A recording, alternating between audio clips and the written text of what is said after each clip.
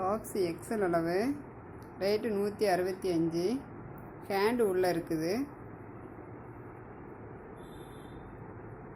Of hand தான், pure cotton, open model, short top. இதில் இன்னும் ஒரு கலர் இருக்குது.